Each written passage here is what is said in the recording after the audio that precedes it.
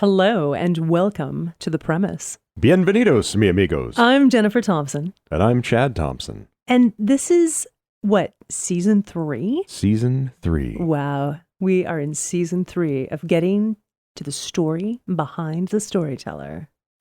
Yeah. That's what we do. That's what we do here on The Premise. So sit back, relax. Listen to your 8 tracks. I dig you like an old soul record. Enjoy a cup of tea, a glass of wine, a shot, whatever. And you do you. You do you. We'll do us. No judgment. We'll do us.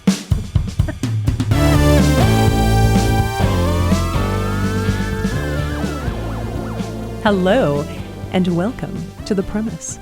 I'm here with my co-host, Chad Thompson. Hi. Wow, you are ready to go. I am ready. This is an exciting day. Well, not really. But well, I mean, it's an exciting interview. Yes. Yes, because Most we definitely. love Anastasia. Our guest today is Anastasia Zadeik. I'm going to read her bio, and then I'm going to kind of go off script a little and tell you, dear listeners, a little bit about this wonderful woman. So Anastasia Zadeik is a writer, editor, and storyteller. After graduating summa cum laude from Smith College with a degree in psychology, she had an international career in neuropsychological research while raising her 3 children. Wait, 2 children. Did I get that right? 2 children plus a stepchild. Okay. There you go. We have a lot to unpack here, folks.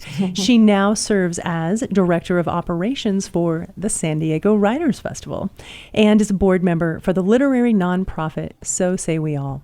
Anastasia lives in San Diego, where her home network is aptly called Sunny and 70. When she isn't reading or writing, you can find her hiking, biking, swimming, practicing yoga, or hanging out with her husband, Tom, and their empty nest rescue dog, Charlie. I love Charlie. Will he join us today with some barking? He might. He's outside, but he might, chime in here and there. We might get a little Charlie in our conversation. She is a frequent performer of narrative nonfiction in a hushed bar. And you can check out her videos on her website, which is anastasiazadeik.com. I'll spell that for you at the end, folks. Her work has appeared in the San Diego Decameron Project, Literary Vine Review, and the award-winning anthology Shaking the Tree, short Brazen Memoir. Blurred Fates is her first novel. Anastasia, welcome to The Premise. Thank you so much for having me. This is a real honor. Oh, I'm so excited. So, okay, I said I'd say a little off script. So Anastasia, as I just said, is our Director of Operations at the San Diego Writers Festival. And listeners, you know that The Premise is, in fact, the official podcast of the San Diego Writers Festival, which is taking place in person. Yes, you heard me right. Taking place in Coronado at the Coronado Public Library on October 8th again. So hopefully you will all join us. Anastasia will be doing some events there as well. And probably, are you going to be selling your book at the Writers Festival? I will be selling my book at the Writers Festival at the Warwick's bookstore. Awesome. Yeah. Oh my gosh. We're going to have so many amazing books. Yes, we are. I'm excited about that. I'm just so glad you're here that we get to talk about this book. I absolutely loved it. It's a fantastic psychological thriller. There's so much to get into about this book. But before we do that, I have one very important question. Okay. What is the weirdest job you've ever had?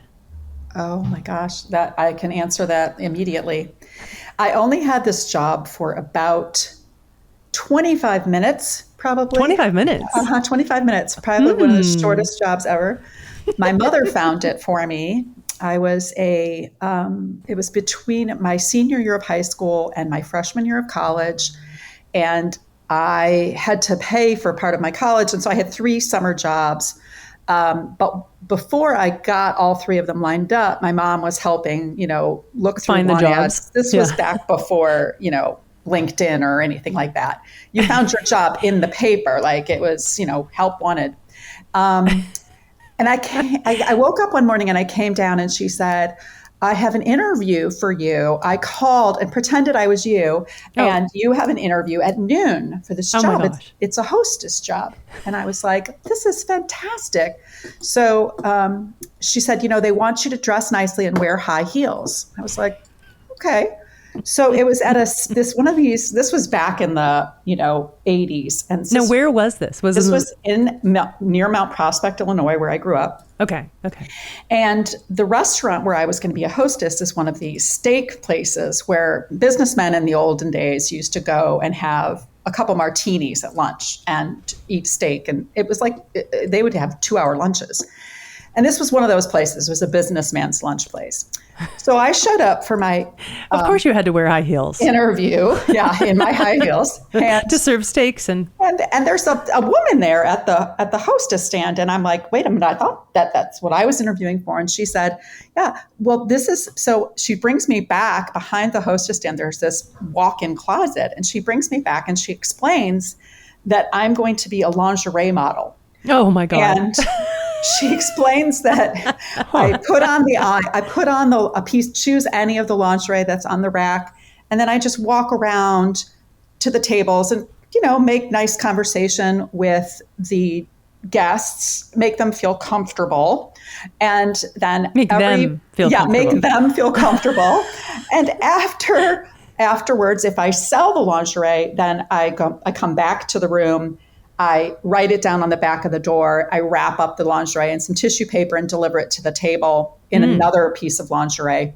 See, and then I get a strangest commission. Business model ever. So I get a commission for every piece of lingerie. So now I was one of those people who it never would have occurred to me. I was, 18, never would have occurred to me to say, I can't do that. So I look at this rack of lingerie, and there happened to be this purple velour sweatsuit at the end. So I put on the purple velour sweatsuit, and I made my trip around the tables chatting, making the guests feel comfortable in my high heels and a sweatsuit, which, trust me, is not easy to do. Got back to the dressing room, sold it twice. I sold the sweatsuit twice. Once, nice work. And once for myself. And he said, but one of the guests said, I'll buy it twice, once for my girlfriend and once for you, if you promise to wear something more revealing on the next pass around. So I walked back into the little closet, and I said to the woman there, I said, I'm sorry, I just can't do this. And I realized that it's possible to feel entirely exposed in a tracksuit. But I also realized, there was 3 or 4 other women there doing this. This was their job. And it was like a whole world that I had never imagined existed. So yeah, that was my shortest lived job. I did not get paid for the sweatsuit. Oh. But you sold one. I know. I did. I made nothing. I just walked out, and I went home, and I said to my mom, so this is what it was. My mom's like, oh, honey, I never would have sent you there. Who would have thought? And I was like, and she said, but maybe that's why they asked for your measurements and how tall you were. And I was like, Mom. Yeah, maybe. Mom. So that's awesome. Anyway, that was my most unusual job for sure. So it wasn't even an interview. You just had to show up and start work. Show up and start work right that day. I mean, the pay was good. I think it was, back in the day, I think back then, the hourly wage might have been $2, $3 an hour. And I think this was $18 an hour. But oh, wow. Yeah, that's some good money. Yeah, but you had to be willing to, wear lingerie. And walk around while men were eating steaks and drinking martinis. It was the weirdest setting. Oh my God. That is hysterical. That is funny. Well, I guess is that in your book? No, it's not in my fiction. book. It's a psychological thriller. It is in one of my narrative nonfiction performances. It's in there. It's called 4 a.m. It's one of the stories. Yeah. So. Because that wasn't actually one of the 3 jobs I ended up with was as an all-night waitress. So at 4 a.m. At 4 a.m. So I was going to ask, was that at 4 a.m.? Your mom let you go be a hostess at 4 a.m.? So what were you doing at 4 a.m.? You were a server. I was an all-night waitress, and I was a night waitress in an all 24-hour restaurant. And so how much of your experience doing odd jobs creeps into your fiction writing? I would say in this book, one of my characters, the main character, is a waitress when she's younger, but there isn't really much about that other than just a brief reference to it. I would say not much, not much. And but I just this mean in particular book, yeah, not in this general, like other books, because I really think that scene should appear in a book. I will say this, that a lot of the neuropsych stuff that I learned when I was working in neuropsych shows up in my books. Of course, because my books have a lot of stuff related to, I wouldn't say neuropsych research, which is what I did, which was in memory disorders primarily, but it does have a lot to do with neuropsychology of everyday life, and which includes both mental health and mental illness. So when you were talking about memory, are you talking about like traumatic memories being blocked, or like speak more to what that means? So when I worked in neuropsych research, I worked in the field of memory disorders. So it was more with Alzheimer's disease, Parkinson's disease, and what we called at the time age-associated memory impairment. I think they have another name for it now, but that was this was back in the 80s and 90s. And but that's basically the memory loss that you see that's quote unquote normal as you age. Some of that now back then they didn't have a lot of these programs that people now have on their phones for memory improvement. Games and word games and things like that didn't exist back then the way they do now. But yeah, in learning all about how memory works, I became fascinated with that idea of memories being misremembered. I think is one of the coolest and most confusing parts, because people believe that the memories that they've recreated in their head are the real memories. And the more that you remember them that way, the more fixed they become as true memories. But also, just the whole idea that you can lose your memory for a variety of reasons. People lose their memory, as in this book, because they drink too much. Yeah. People lose their memories because of a traumatic event that can be a head injury, but it can also just be so traumatic from a psychological standpoint that we, as a self-protective mechanism, we won't allow ourselves to remember something. Subconsciously, yeah. Subconsciously, we block it. So, yeah. Well, so that's the book. I was just going to say, so in Blurred Fates, there's a couple things happening along those lines where one of our main characters doesn't remember something that really affects the course of their lives moving forward. And I want you to speak to, was that the kernel? I mean, well, first of all, let's take a step back. Tell us what Blurred Fates is about. Tell our listeners a little bit about this book. So Blurred Fates is a book about a woman who is living a seemingly perfect life in Southern California with her husband and her 2 children, but she's hiding a large part of her life from everyone, including herself to a certain degree, but certainly from her husband, who was raised in kind of an upper crusty family, very reserved. I like that, upper crusty family. Yeah, an upper crusty family. The kind of family that has a compound. And, right. She's exposed to things like the use of the word summer as a verb, summering. We summer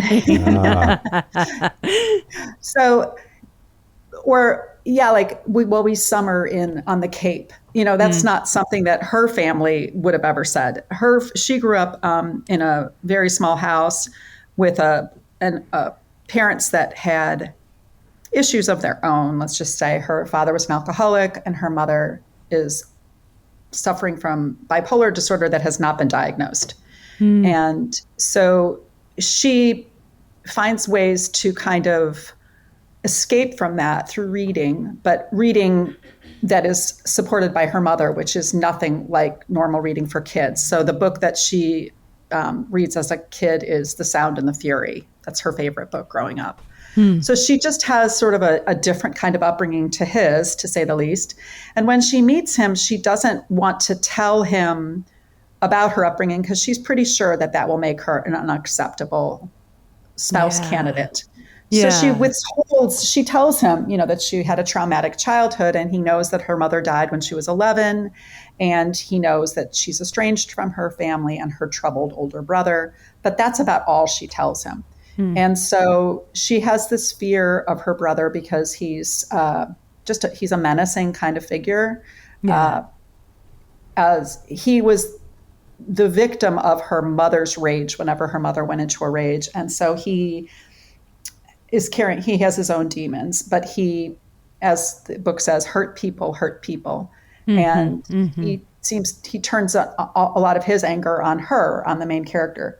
So she fears his reappearance in her life primarily because she's worried that he will tell her husband about her upbringing, and that he will then think she's no longer worthy of the life that he has brought her into. Yeah. And then one night at dinner, which is how the book starts, he reveals that he Has done something. has done something while blackout drunk, which is not something that he would normally do at all. He's not a blackout drunk kind of guy. So that part is surprising to her, but also then what he tells her he did starts to bring back some dark memories from her childhood. But she can't explain to him what those are without revealing them. So she becomes trapped by, as I say, trapped by the unspoken. She cannot tell him why she's upset, but she's behaving in a way that doesn't make sense to him without understanding her past. Right. So she's sort of in this place where she's either going to potentially lose the life that she's built with him if he knows the truth, or she could lose her mind because she's trying to justify what's going on. Yeah. So this book, as we said, it's a psychological thriller, a real page turner, and you do this great job of making us think that the menace is over here on the right, but it's sneaky. So you're always turning the page, trying to figure out what's going on, what's happening next, but at its core, it's really about family. It's about love. It's about loss. About how we manage to make it into adulthood when we grow up in such a dysfunctional upbringing, as you just told our listeners about, and how it affects who we think of ourselves, how we think of ourselves, who are we, right, as a result of this family. And so for Kate, she has created this beautiful life for herself, but I think at her core, she doesn't think she deserves it. That's absolutely right. She doesn't think she deserves it, and so she's absolutely convinced on some level that the truth is dangerous to her. She's going to get found out. She's going to get found out, and she's going to lose everything that matters to her. And the truth is that she also one of the things that she's struggling with is that. And some books are always based a little bit on your life experiences, not my personal life experience necessarily, but the experiences of others around me who've shared their lives with me. And I have a couple friends who had traumatic childhoods. And one of them once said to me that one of the hardest things about becoming a parent is that she didn't know what it was supposed to look like. She had no model for it. Right. So she read a lot. She read every parenting book she could find. She got therapy, but she said she also relied on her husband, who she thought had what she considered a normal, whatever normal is, upbringing, to guide her. And when they got divorced, she felt lost at sea because suddenly the person who was going to be her guide in parenting was no longer her partner in this endeavor, and she did not know how to do it on her own. So I kind of wanted to address that she's actually, Kate is a lot stronger than she thinks she is. She's very worthy. She's a very worthy person, but she's been convinced through her, all of those formative years that she wasn't. And those kind of messages when you're 12, 13, 14, 15 are very powerful, and they stick with you because I think in some cases, because we don't have the intellectual framework to process them at that age. Sure. we're not there yet. Our brains aren't there yet. And so when we re-experience them as an adult, we experience them with that 12-year-old understanding or lack thereof. And I don't know if that's making sense, but...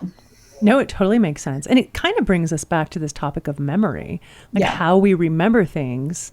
You know, if we're blaming ourselves, we think we're at fault because we're not worthy or we're not good enough or we deserved that bad treatment. That's going to bring us into adulthood with those same feelings, no matter how much we try and hide it. Yeah. And I think in addition, she has this fear because no one explained to her why her mother behaved the way she did. And she's convinced on some level that she's doomed, that her fate is to become her mother or her parent, one of her parents. And so that's partly where the title comes from, is this idea that our fates are never clear. And sometimes they're blurred by our poor memories. Sometimes they're blurred by life events happening today that bring up some of those emotions and fears. And sometimes they're blurred by the behavior of the people around us who we can't control at all. So. Absolutely. One of the things that I liked in this book, what you did really well, was the internal dialogue of Kate. Kate is our main character. And on the one hand, she's really put together and everyone sees her in such a way that, you know, she's a great mom, she's involved, she's a wonderful wife, she has this beautiful home. It's important to her that, you know, everyone has a wonderful experience in the home and in life. And yet on the inside, her internal dialogue, she is literally falling apart. And she's just trying to keep that hidden from the world. Yes. Was that always your plan to write it with that internal dialogue, like taking such a big part of how we experience who Kate is?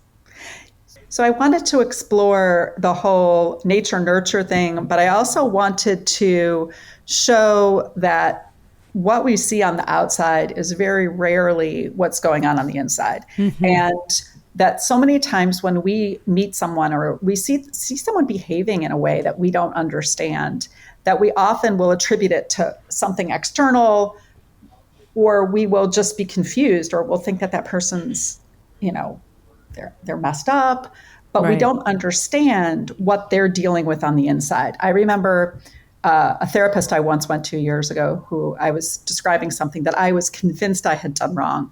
And it was a social situation. And I explained that, and if I told you what it was, you would just totally crack up because it was, well, I'll tell you now that I have to tell you. Yeah, you have to tell us, yeah. So it was, when you hear this, you're going to go, wow. So it was about snack bags for a field trip for 5th grade. And I had put together these snack bags with grapes and raisins and little granola bars and responsible snack bag. Yeah. Right, responsible snack bag, right? But I wasn't sure how many grapes and raisins to put in. So I had like a little container of raisins in each one. And then I had, a handful of grapes and then a snack bar. And when I brought the snack bags to school in the morning, the other mom that was responsible on the field trip was super gruff when I dropped off the snack bags. And so I had therapy later that day and I was like, I can't do anything right. I couldn't even do these snack bags right. And she said, what makes you think that her behavior had anything to do with the snack bags?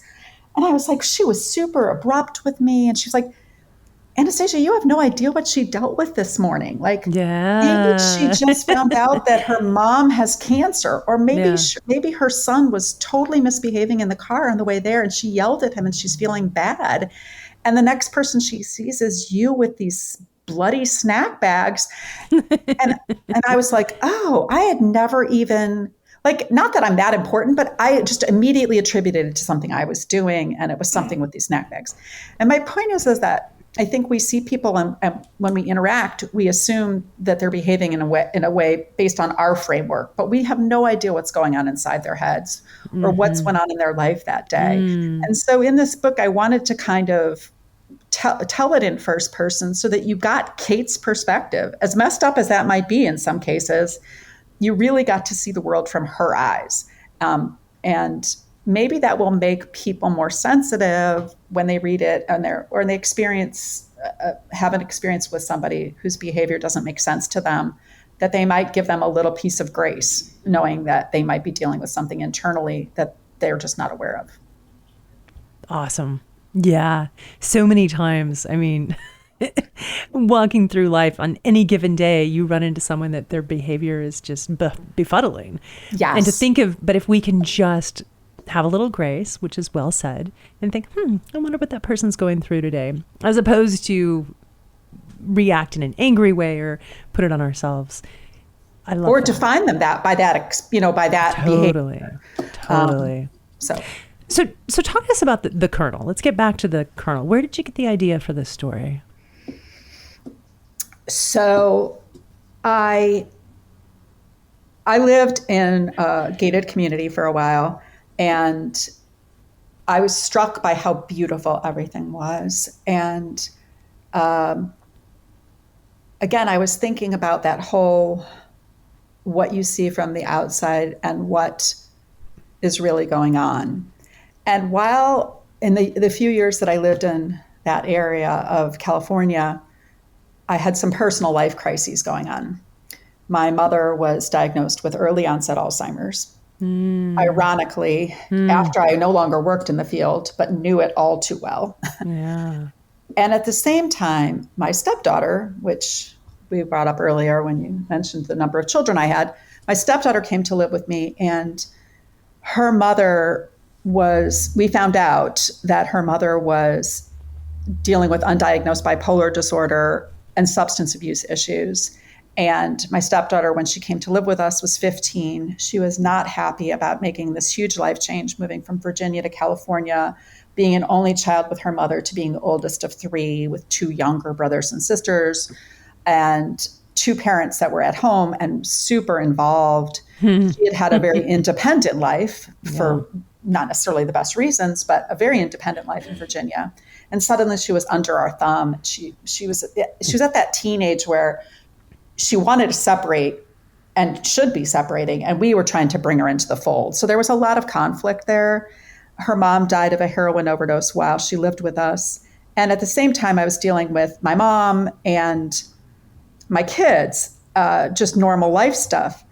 And I found that when I shared what was happening in my life, most people around me were dealing with something too.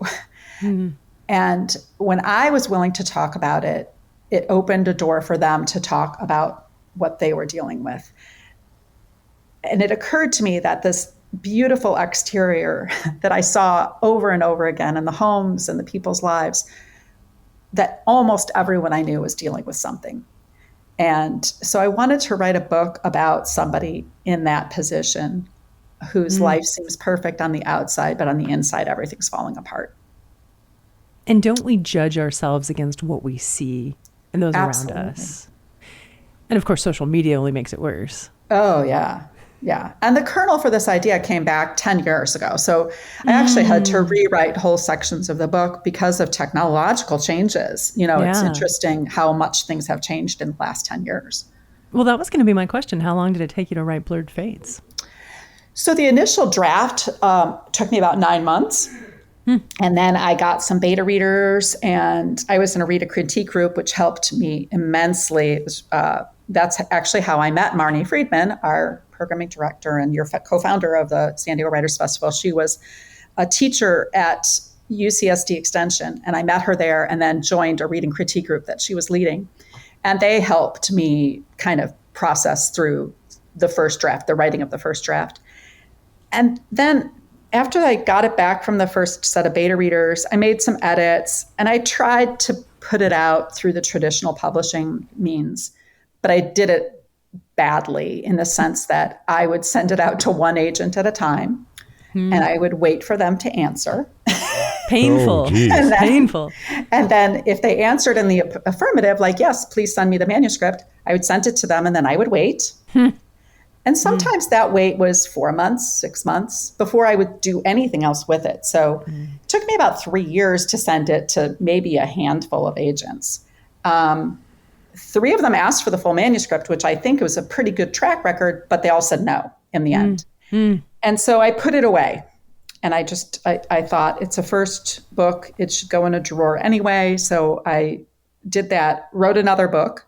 And then I went to the La Jolla Writers Conference several years ago, probably 5 years ago, maybe. Was I there? You were there. Okay. And I went to your class. You taught a class on web design, author's web design. I remember it. That had to be more than 5 years ago. Maybe it was. Maybe it was 6 years ago. Wow. Okay, go on. This is very cool. They had a class on finding your voice was one of the panels. And so I went to this, and I remember that the teacher read from Mary Oliver, and the beauty of, you can just, a Mary Oliver poem as soon as you start, as soon as you hear it. And then she asked for people around the table to read from their work. And I was the third person and we were going to assess voice, and can you get it right away? Where can we help you to work on strengthening your voice? And so I was the third person to read. And when I finished, I read the first 3 pages of this book, Blurred Fates. And when I stopped, there was dead silence in the room. And then people started clapping. And I was totally floored. And I didn't know what to do. And they're all like, when is it coming out? And I was like, oh, no, this lives in a drawer.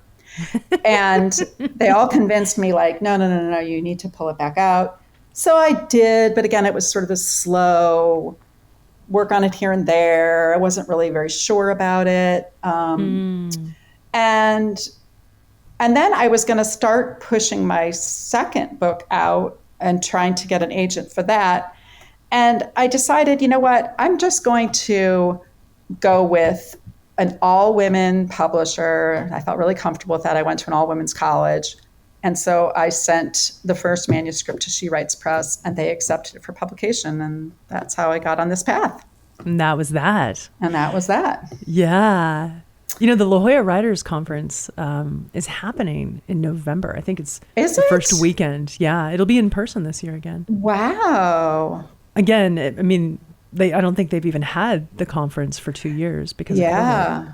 Yeah, I don't think so. Isn't it amazing how a writing community can just really help you move forward as a writer? Like, without that community, I don't know how anyone does it. I totally agree with you. And in fact, it's been, I would say, without a doubt, that I would not be a writer without my community. It's not that I wouldn't write, but I wouldn't identify myself as a writer. I have learned so much from the people around me. It's invaluable. And we support each other. We also challenge each other. We also, my reading critique group, we've become like family, but they can tell me when I'm going off the rails, like, no, don't do that. But also just that we are so lucky to live in such a vibrant community, in my opinion. There's so many resources here. And one of the things I love about working with you and Marnie and everyone at the festival is making people aware of all of the opportunities that are here in San Diego. That's Absolutely. One of the things that I really respect about you guys in terms of your goal setting was to make it accessible to everyone, but then also to make it really welcoming to every organization and to include writers of all stripes, poets, lyricists, playwrights. It's not just for authors, and it's very welcoming. So that's wonderful. Yeah, storytelling matters. And your book addresses bipolar, and it addresses self-esteem, and it addresses like how we see ourselves in the world and how we move forward. And you learn so much from fiction as you would reading, nonfiction, right? We get the same benefit learning who we are and how to be better humans. Mm-hmm. One of the things that I wanted to do in Blurred Fates, and, therapy is such an individual experience, and you can't capture every therapeutic environment, obviously, in a book. You can't even capture a small portion of it, but you can give, like in this book, there's actually two therapists. One is Kate's individual therapist, and then there's a marital therapist that she and her husband go to. And what I was trying to do in including those sessions in the book is to kind of talk about some of the deeper issues that Kate and her husband are dealing with, and provide a little bit of scientific background, a little bit of coping mechanism, strategies, that kind of thing. But to do it in a non-preachy way, a very approachable way where someone can see someone else going through it and maybe see a little bit of themselves in that and take something from it that could be helpful for them. So. Oh, and I think you absolutely accomplished that. Well done. There's this one scene with Dr. Farber and Kate. They're in a session. And Dr. Farber, of course, is very professional and almost placid. Like she doesn't have expressions that tell you what she's thinking of you, which is, how it should be, right? You don't want to be judged by your therapist. And Kate has this internal dialogue happening, and she says to herself, gosh, I'm surprised she doesn't use Botox so that she doesn't have to have any facial expressions. Like, she's like trying to figure out how to cope with this moment by being almost removing herself from what's actually happening, what needs to happen. Yes. And she does recognize, that's actually, I meant that to be somewhat humorous. It totally was. It was funny. Yeah. And that's the thing, when you have a psychological thriller that has such deep, dysfunction, you have to have those moments of humor and humanness, because Kate is like, just like anyone, right? Like, right. I might behave the same way, right? I would be thinking those things. So, but I interrupted you. No, that's okay. And and her relationship, so her therapist, Dr. Farber, which ironically, Farber is German. Farb is German for color. And that's a little play on words, just my own little internal play on words, because of her mother. She always describes her mother's moods by where she is on the rainbow of colors. That's just a little... That is so cool. No, it's a little play. What was I saying? Oh, by the end, she's kind of figuring out her relationship with her therapist and understanding the transference and some other things that are going on. She's a well-read patient in the sense that she has a lot of books as references for her own personal library of mental health, right? Yeah. And so she's kind of she somewhat is doing a little bit of self-therapy throughout the book as well. But she does a similar thing with the marital therapist when she talks about his appearance and that he has a beard, and she wonders why he's got a beard. What is he hiding? So there's some things like that where she puts meaning into things that her therapists do. Anyways, but again, meant to be funny. And I want our readers and listeners to know that the book, like, it's a page turner, it's funny, it's very human, it's very relatable. And then there's also that, that twist at the end that you're like, oh, I didn't see that coming. And by the way, I jumped up and screamed when I read it. Do you remember that, Chad? No. You do. I'm going to remind you. We were in different parts of the house. Not to mention, you just spoiled the book by saying there's a twist. Well, I can say there's a twist. This is what you do. You tell people you're going to be surprised at the end. Yes. Of course, people look for it, but there's a few twists and there's a few twists and turns. There's more than one, folks. Yeah. So you might think that you've gotten to it, but you haven't. Exactly. There's more to come. There's more corners. So I'm literally reading, and all of a sudden I'm in the front of the room and Chad's at the other end of the house, and I jump up. And I don't remember what I yelled, but I was like, oh my God. And I was like, it's brilliant. And I jumped up and I ran to the other end of the house to tell Chad what had just happened, because I don't know if you know this, listeners, but Chad and I are married. We're not just co-hosts. So as I'm reading, he gets the benefit, or in his case, I'm like, benefit? Maybe it's not a benefit of me telling him everything that's happening in whatever book I'm reading. I'm like, and guess what happened now? So my family has the same thing. The other day I was reading Lessons in Chemistry and I was laughing out loud. And my daughter's like, what's so funny? And I was like, this book, you gotta read this book. Yeah. Wait, what's the name of it? Lessons in Feminism? Lessons in Chemistry. I assume it's not a chemistry text.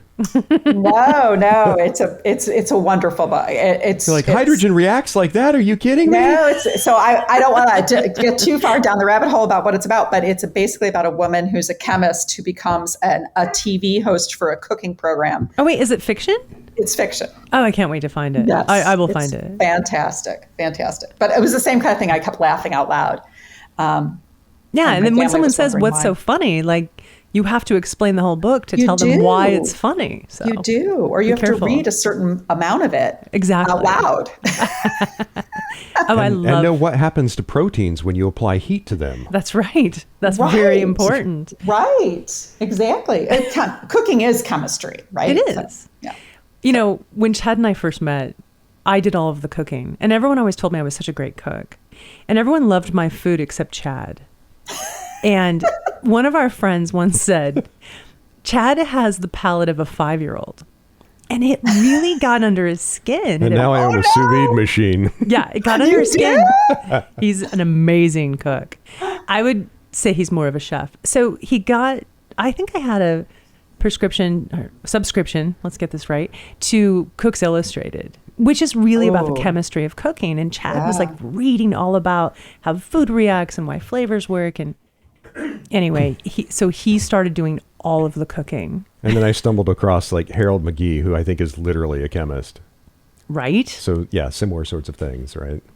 It is interesting. And I think it kind of, for me, I love to bake. And That's chemistry for sure. It is totally chemistry. And why, baking soda works differently than baking powder. Like all of that it's really interesting. And no, it is. I know I'm a nerd though. No, I totally agree. I just think it's funny that we're like, You're talking to a person who toasted, I forget which one. It was either baking soda or baking powder to create a particular reaction to use in my ramen noodles. right. No way. Yeah, Did that's it work? Chad.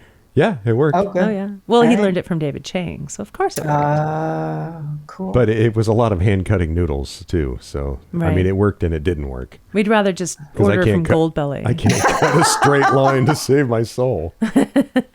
It was very good though. I will tell our listeners that Yeah, it took like 3 days to make ramen. Yeah. That's not happening again. there were a lot of parts. That was a tricky one because you can actually buy ramen for like $1. Well, okay, but you can order. Yeah.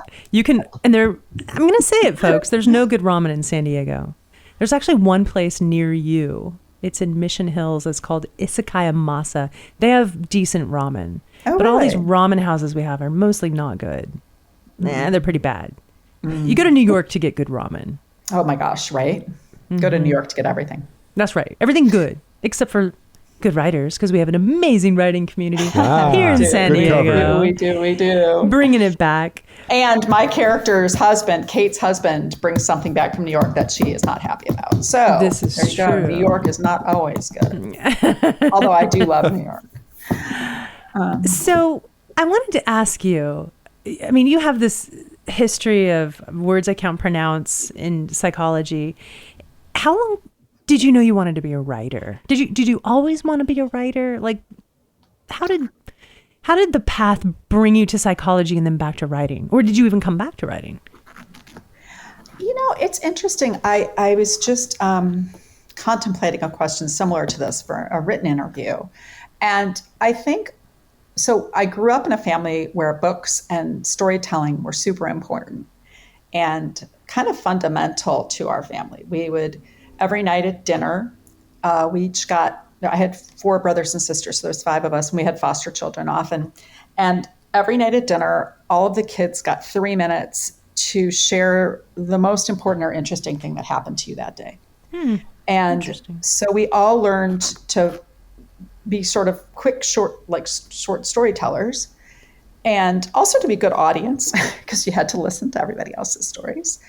And so and we read all the time. My dad used to read to us at dinner from The Lion, the Witch, and the Wardrobe. We did family devotions from a book called Little Visits with God, and we all read aloud.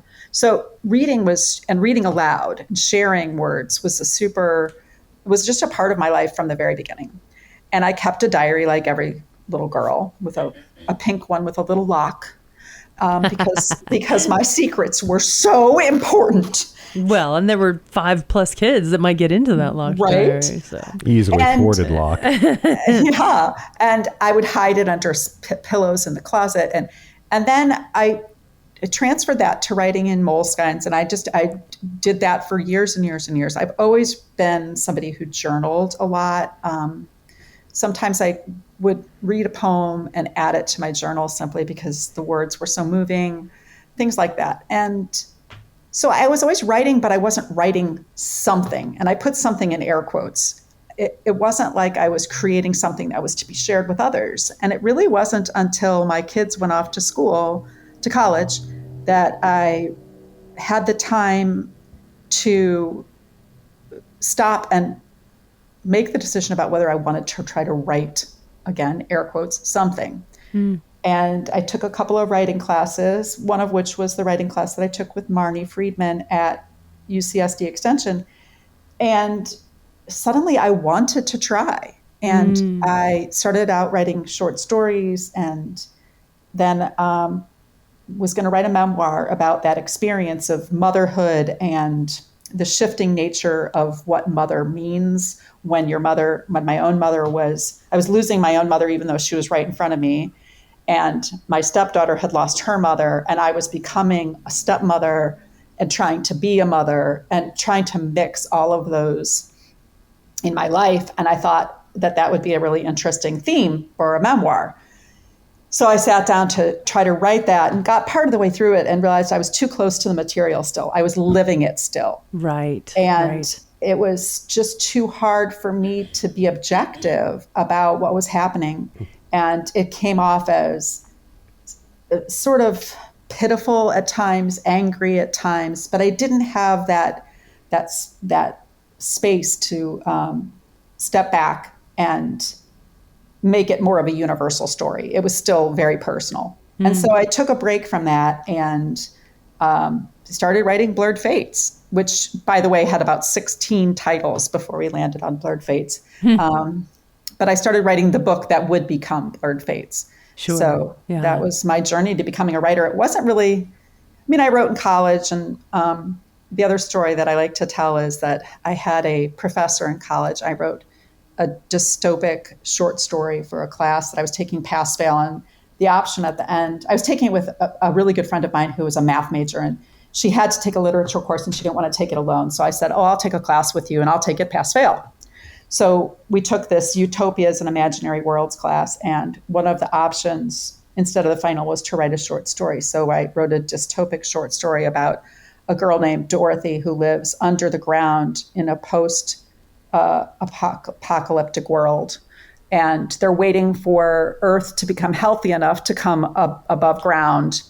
And all the communities are colored like the rainbow. So they live under the rainbow. Her name is Dorothy. You can see where this is going. I was, in my own defense, I was 20 at the time. But do you still have a copy of it? No, I don't. And I wish I did, because bad. at the end, when I got the paperback, the professor had written on it, "This was the easiest passing grade I've ever given. I hope you don't mind. I'm keeping a copy of this so that when you become a famous writer, I can give it to the college for their archives." Oh my gosh. And wow. so I remember keeping that paper for a long time. And whenever I was feeling kind of down about myself, I would pull it out and be like, you've got some potential to do something someday. You can do this. Yeah. You can do something someday. But it was very vague.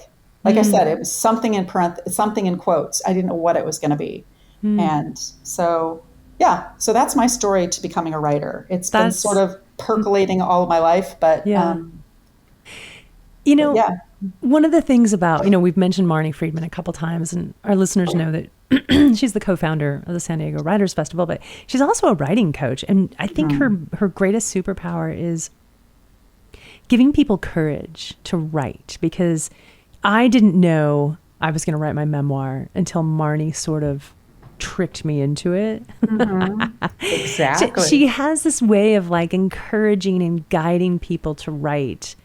And, we've talked about the community of San Diego, the writing community here. It's fantastic. Mm-hmm. And there's so many organizations where dear listener, if you have a story, if you've always wanted to be a writer, maybe this is the time that you take a class. Maybe you go to Marnie Friedman's website. It's marniefriedman.com.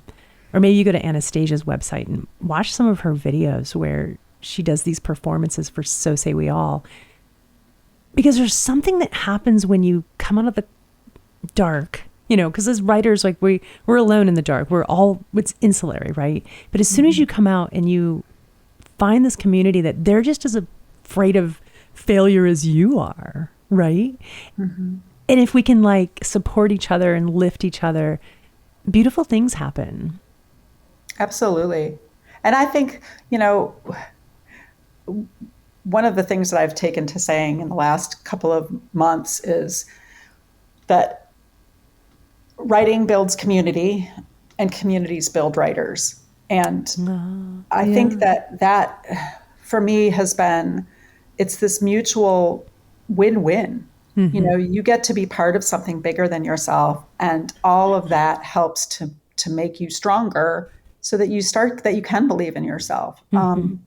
So it's really been, for me, it's been a marvelous experience the last few years to be able to be part of this amazing, diverse, growing, and sometimes challenging. Sometimes I've learned a lot when someone says to me, questions what I've written. Yeah. I remember one of the first questions that Marnie asked everyone when we were doing our first, class back at UCSD Extension was, we would talk about the book and then she'd go, but what's it about? Right. Yeah. That's a hard question, right? Didn't I just tell you? And she'd say, no, you really didn't. You didn't tell me what it's about. I have to tell you something funny. So Twitter, we all know what Twitter is. It's crazy. There was this comment from this guy who doesn't even have that many followers. And he said, why do people always have to ask me what my book is about? Why can't they ask me what the vibe is? Ooh. And I was stunned by how many other people jumped in and said, yeah, we shouldn't have to say what our book is about. And I was like, what the hell is happening here, people? It's not a hookah lounge, for God's sake. I need to know what the book is about. But there's this fear, right? Of having...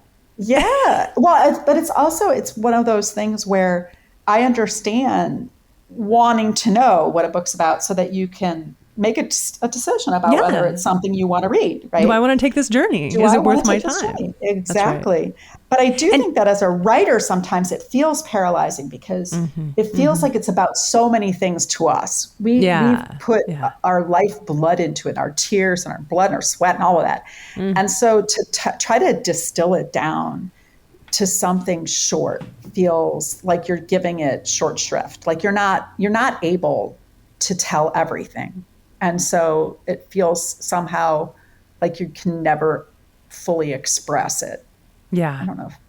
Your back cover copy is very good. I'm going to read it. Okay.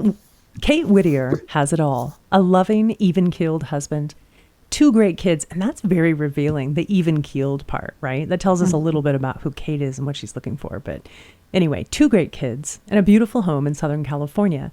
But Kate is living a lie. In a desperate attempt to create the safe, happy family she never had, she has been hiding secrets for decades, things she's convinced make her unworthy of her well-born husband, Jacob, and the privileged life he has provided. It goes on a little bit, but that's a hook. I'm like, oh, okay. So you've told us so much about who this character is with so few words. There's some mystery. There's intrigue. Talk to us about the process of writing your back cover copy. Oh my goodness. And the painful process. Goodness. So I think 2 of the hardest things for me personally to write were the synopsis, when I was trying to put together a 3-page synopsis and a 1-page synopsis, and then writing this back cover copy. And just so writers out there know, this is a process that continued for me until the day before it was due. And when I say the believe day it. before it was due, the back cover copy that's on my final book was not the same as the one on the ARC, which is the advanced reader copy. I realized that I was giving away too much. And Most writers do that. yeah, and so I cut it down. But that was, and I'm not exaggerating. It was like I was in a cab in New York, coming home. The back cover copy was due, and I was editing it in my car on my phone, saying like, "Please give me 2 more minutes, 2 more minutes." So it's a hard thing to do, and I think that there is this.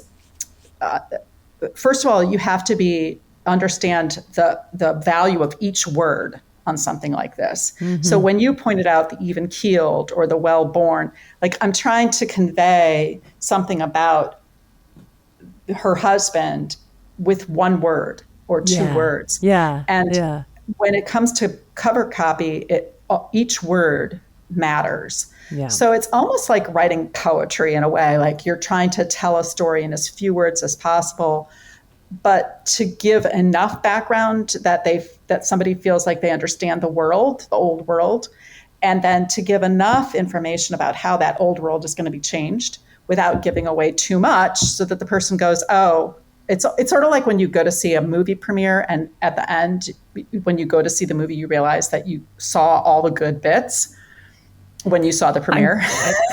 Or the trailer. You mean the trailer? Yeah, the trailer. Sorry, Yeah. the trailer. When you see the trailer and you're like, wow, that looks great. And then you go see the movie and you're like, yeah, I could have just seen the trailer. Like that would have been enough. So you don't want your back cover copy to be like a trailer in that sense. But it is important like a trailer in that it's got to convince somebody to pick that book up and hopefully open it and read the first few pages, because I think it was in a conversation with you, Jennifer, where you said that the 3 steps most buyers go through is they look at the cover, it intrigues them, they pick it up, they read the back copy. If the back copy intrigues them, they might flip it open and read the first few pages, and that's when they decide what they're going to do. That's right. And so it's really important. It's an important part of the book. And yeah, it took me, oh my goodness. I couldn't even tell you how many drafts it was, because it was that many drafts. Like probably, and I'm not exaggerating, probably hundreds. Yeah. With a file name, back cover copy, final. Back cover, final, back cover copy, final. Final. Yeah. I mean it this time. Yeah, exactly. Final, no, I really mean final. I mean it this time, final. No, really. No, really. Version 3. Final. Oh my gosh, so true. Anastasia, what are you working on now? What can we expect from you next? So my second book is called Capture the Light. It is a book about 2 young people who they're a young woman who's 18, just turned 18, and a young man who's 25, who meet and fall in love in a psychiatric inpatient facility. And they decide to escape. Actually, since they're voluntarily, they just can walk out, but they walk out without medical clearance. But it feels like an escape. Well, it's without medical clearance. So they actually leave without approval. Got it. They leave all of their devices behind, and they set off on a cross-country odyssey to try to recreate an image of Half Dome under a moon that's going to be rising in the sky 4 days later. And they have to get from New York to Yosemite in 4 days. 4 days. And as they're traveling cross-country, the male character has bipolar disorder, and he does not like to take medication. And as he's driving through the night, he starts to go off the rails. And the girl calls her mother, and the 2 mothers try to find them before everything falls apart. Oh, So wow. it's Okay. sort of a parallel journey with the 2 young people driving and the moms flying and driving and trying to find them before. When can we expect That book will be out in the spring of 2024. Okay. All right. Well, for now, folks, I highly recommend Blurred Fates, a novel by Anastasia Zadeik. Anastasia, thank you so much for joining us today. This has been awesome. Thank you so much for having me. It's been a treat, really. Well, I'm so excited for you. I'm so excited for this book. The official pub date is August 2nd. Is that correct? That is correct. Awesome. August 2nd. And folks, you can get it anywhere books are sold. We love supporting local. Warwick's carries this book. And in fact, you have an event happening at Warwick's, but it's sold out. It is. It's sold out on Wednesday evening. But there will be another live event with Tracy Jones, who is the host for the San Diego Writers Festival and Warwick's Book Club. And that event is going to be on August 23rd. Okay. At the Coronado Public Library. Well, and listeners, you can learn more about Anastasia Zadeik and all of her events, everything coming up, so you can support her and this wonderful book, Blurred Fates, at anastasiazadeik.com. And that's Zadeik, anastasiazadeik.com. Follow her on Twitter, Instagram, and Facebook at Anastasia Zadeik. This has been another episode of The Premise. If you enjoyed this episode, please follow us at thepremisepod.com. Go to sandiegowritersfestival.com to listen to other episodes. Plus, you can subscribe and rate The Premise wherever you get your podcasts. Thank you so much, everyone. Thank you, Anastasia. Thank you. All right, folks. Until next time, goodbye.